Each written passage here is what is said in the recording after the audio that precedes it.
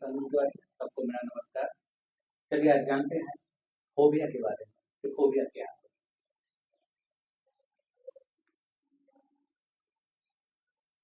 जी,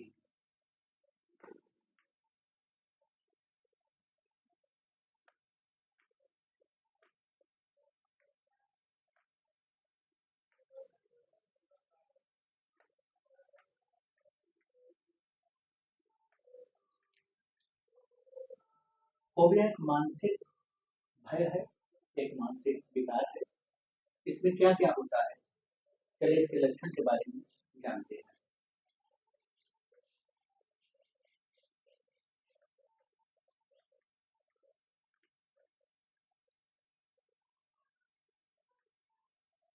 इसके चार प्रमुख लक्षण है।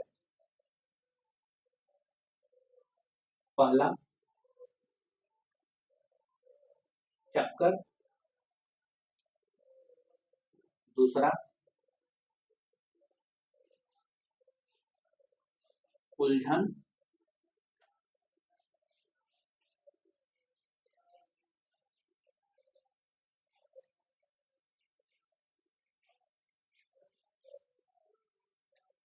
तीसरा, सांसों का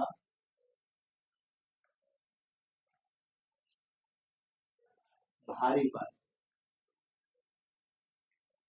और चौथा है तेज गर्मी लगना या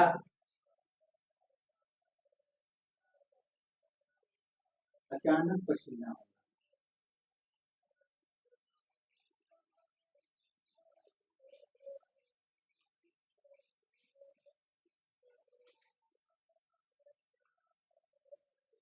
अब चलिए जानते हैं, ये तो चार प्रमुख लक्षण हो गए कि फोबिया में क्या क्या होता है, कौन कौन सा लक्षण शारीरिक लक्षण प्रकट होता है। अब जानिए कि चक्कर के दौरान क्या होता है।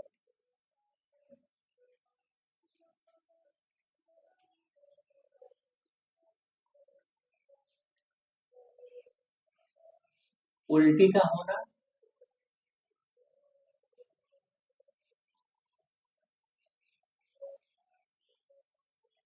दूसरा,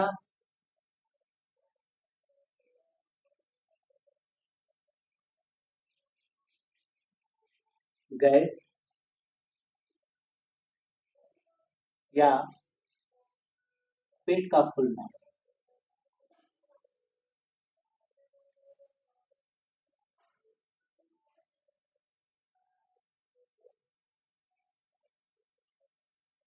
या कब्ज।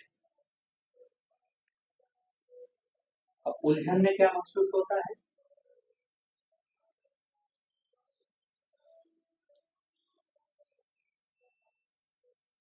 उलझन में मानसिक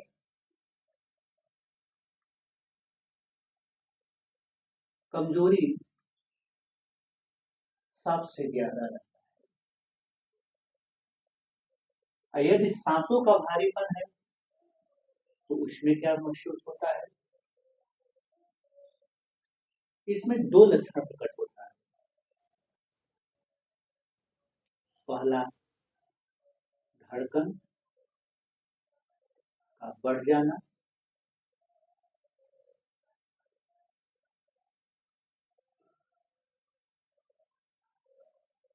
दूसरा,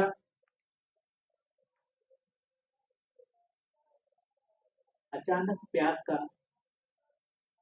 अधिक लगना।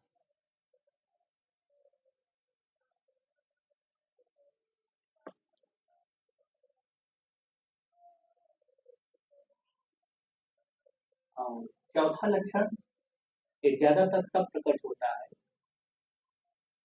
यात्रा के दौरान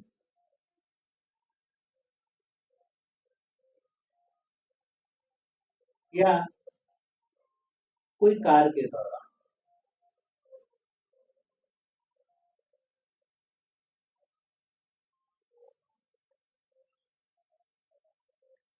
ये सारे लक्षण तब प्रकट होते हैं जब रोगी घर से बाहर होता है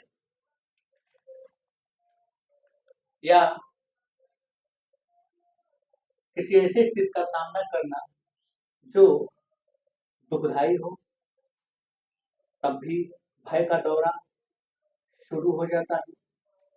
कभी कभी सामान्य स्थिति में भी भय लगने लगता है। ऐसे व्यक्ति हमेशा भीतर देखते रहते हैं। उन्हें ऐसा लगता है जैसे भीतर से वेग उठ रहा है, जो समझे कुछ कप रहा है। जैसे ही कुछ कंपन का जरा सा भी अनुभव करते हैं, तब मन व्याकुल हो जाता है।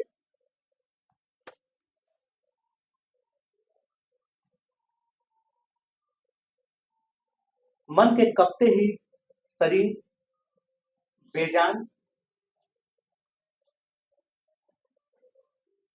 बेजान सा लगने लगता है।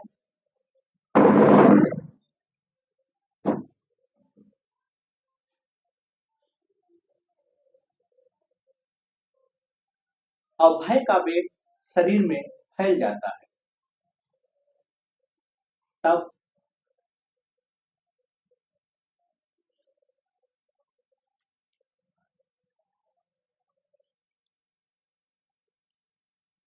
तब ऐसे मरीज को तुरंत उस स्थान से भागने का मन करता है। कहीं कुछ मेरे साथ बुरा न हो जाए, इसी सोच से वो भीतर से स्वयं को कमजोर समझने लगता है। इसी भय में जीने की आदत बन जाती है। जैसे जैसे वो भागता है, वैसे वैसे भय से ग्रसित होने लगता है। कभी कभी भय उसके ऊपर इतना हावी हो जाता है, उसे खाने पीने, चलने, काम, तेज हवा से, बारिश से, बादल के गड़गड़ाहट से, ऊंचाई से, हर स्थिति से भयभीत हो जाता है। ऐसे रोगियों धीरे धीरे लक्षण ही रोग में तब्दील हो जाता है। अत्यधिक गैस का बनना, पित्त का बनना, कब्ज इत्यादि रोगों से शरीर ग्रसित हो जाता है। ऐसे रोगियों में दवा थोड़ी ही देर के लिए काम करेगा, फिर से वही दिक्कत पुनः शुरू हो जाता है। दवा के साथ जीने की आदत हो जाती है। यह शरीर के लिए हानिकारक है। यदि भय बरकरार है तो निश्चय शारीरिक रोग बढ़ता ही जाएगा। धीरे धीरे सारे सिस्टम कमजोर पड़ते जाएंगे। इसलिए भीतरी सिस्टम किसी न किसी रोग से ग्रसित होता जाएगा। एक समय के बाद शरीर किसी भी दया को एक्सेप्ट करना बंद कर देगा। तब दवा का बेहतर प्रभाव शरीर पर नहीं होगा। अब चलिए जानते हैं निजात कि भय क्या है। भय एक सेंसेशन है।